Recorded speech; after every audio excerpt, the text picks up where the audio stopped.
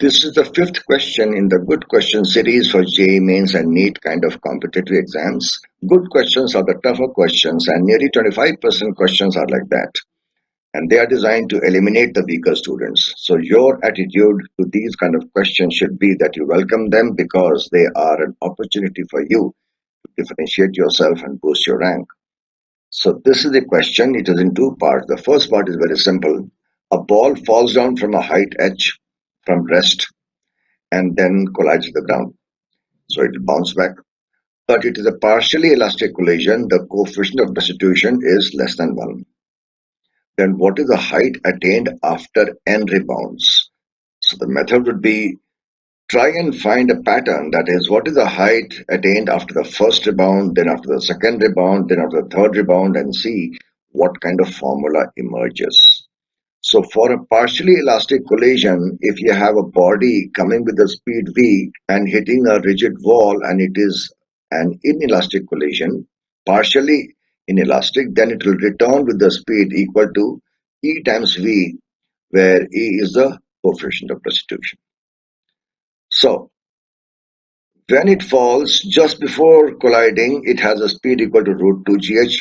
It returns after the first collision, it returns with the speed E times that. Then it goes up all the way and returns. When it returns and hits the ground, its speed is the same. And therefore, after the second rebound, the speed, this is the second rebound, the speed will be E times the speed that it had. So E times E root 2gh, that is E square. So second rebound has happened, it goes up, comes down, hits the ground with the same speed and returns. This is a third collision. So after the third collision, the speed would be another E times the speed with which it struck.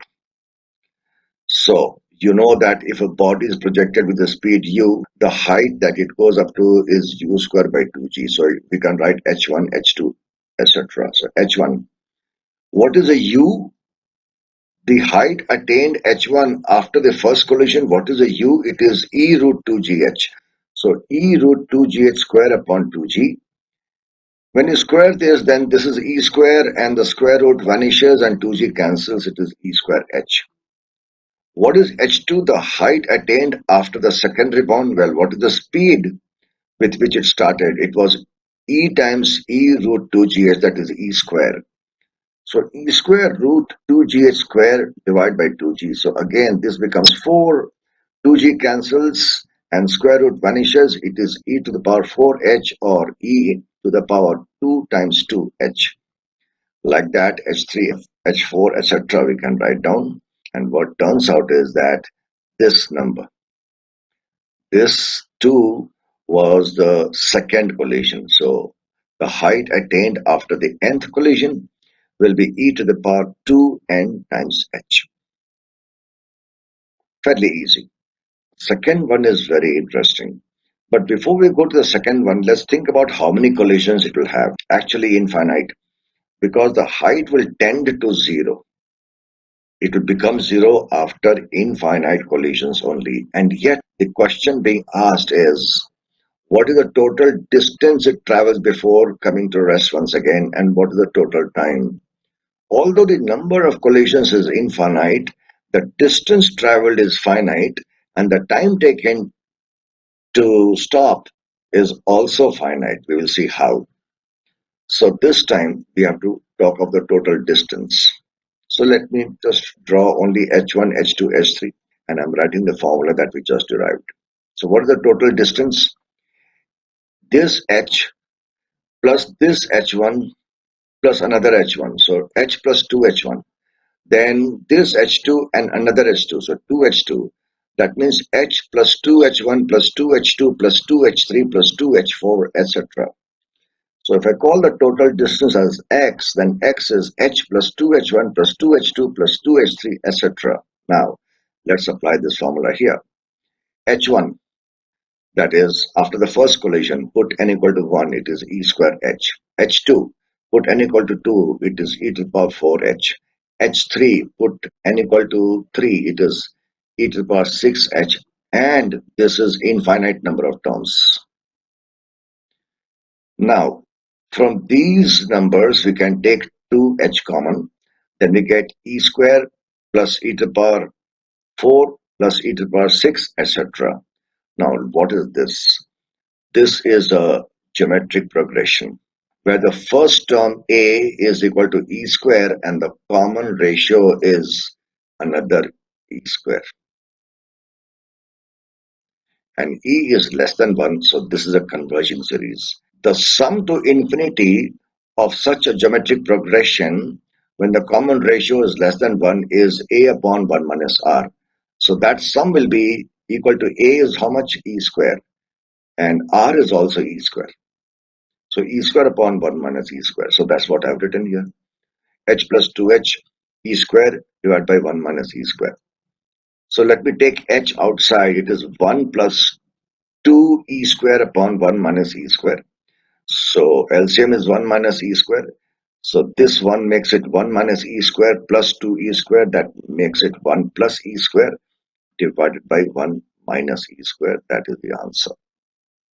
That is a finite distance traveled, although the number of collisions is infinite. Second is on the time. So time is related to the height.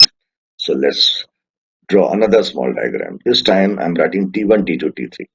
And this formula is again going to be used. So what is the total time? This small t to fall down once, then T1 plus T1, 2T1, then 2T2, then 2T3. So T plus 2T1 plus 2T2 plus 2T3, etc. The total time is capital T, that is T plus 2T1 plus 2T2 plus 2T3, etc. Now, what is the time taken? What is this time taken? Right? If I look at this time, then the u is 0, the distance traveled is h, and the acceleration is g. Both h and g are negative, so it doesn't matter. So we apply s equal to ut plus half at square, that is h equal to u is 0, so ut plus half a square. So t is root 2h by g.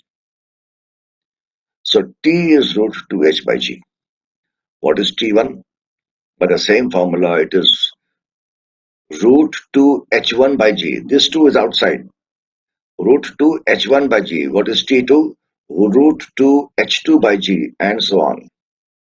Now you can see here that, let me write the formula for h1, h2, h3. h1 is e square h, h2 is e to the power 4h, h3 is e to the power 6h, so on up till infinity. Now, in all these terms, root 2h by g is common. So 1 plus 2, and since I've taken root 2h by g outside, then this root e square is e. Then second time, again 2h by g taken outside, root e to the power 4 is e square. And this 2 is getting multiplied throughout, right? So I get 1 plus 2e plus 2e square plus 2e cubed, etc. up till infinity. Now this one, I can take 2e common, then it is 1 plus, from these terms, it is, if I take 2e common, it is 1 plus e plus e square.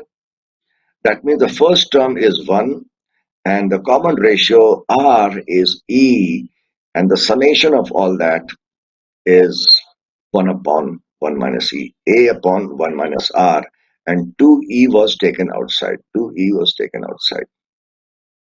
All that gives us a very simple solution.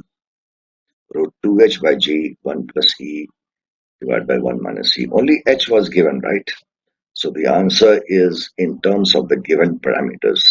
It's a very nice question where we have to apply very simple formulae, but in the end it becomes an infinite series, but a converging one. Therefore, we could find the sum. I hope you enjoyed it. If you enjoyed, why don't you click on the like button and also subscribe for more such videos in future. See you next time around.